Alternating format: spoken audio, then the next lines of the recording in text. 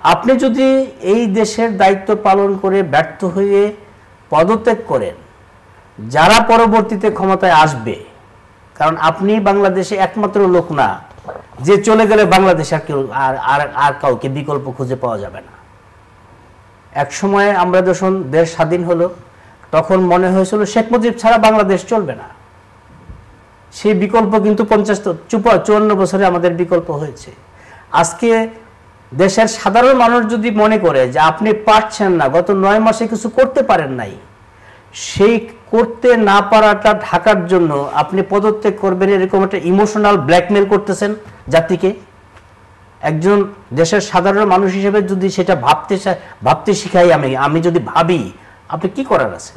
আমি তো মনে করব দেশবাসী যদি ভাবে যে আপনার ব্যর্থতা ঢাকার জন্য আপনি পদত্যাগের একটা ইমোশনাল ব্ল্যাকমেল করতেছেন জাতির সামনে।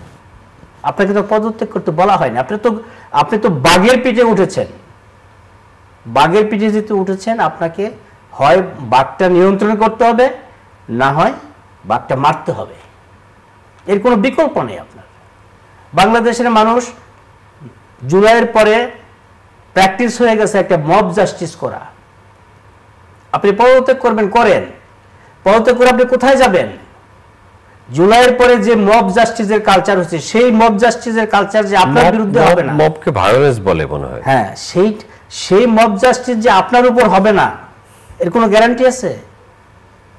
সুতরাং আপনাকে আপনার জায়গায় থেকে দেশটা আপনার হাতে দেওয়া হয়েছে, সেই দেশটা। আমি একটু যদি আপনার কাছে একটু পেছনের দিকে যেতে চাই, এই পদত্যাগের বিষয়ে এই গুঞ্জন বা এই আলোচনা কেন করতে হলো, কেন আসলো?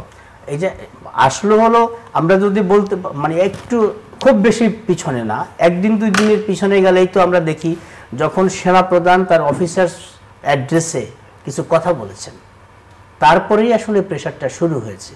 কিন্তু এখন সেনাপ্রধান যেই কথাগুলো বলেছেন, আমরা নির্ভরযোগ্য অনির্ভরযোগ্য সূত্রে মিডিয়া যে খবরগুলো আমরা ছেপেছি বা প্রচার করেছি, কারণ সেনাপ্রধানের বক্তব্যে তো আমরা ওইভাবে আমরা উপস্থিত ছিলাম না। আমরা এখন ওইখান থেকে আমাদের গণমাধ্যমের আমাদের যে প্র্যাকটিস, আমরা যে প্র্যাকটিস ফলো করি, সেই প্র্যাকটিসে আমরা তথ্যগুলো পেয়েছি, গণমাধ্যম সেটা প্রকাশ করেছে।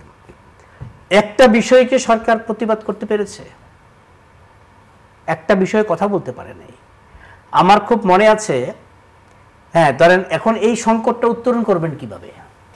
এই সংকটটা উত্তরণ করার 2টা পথ আছে।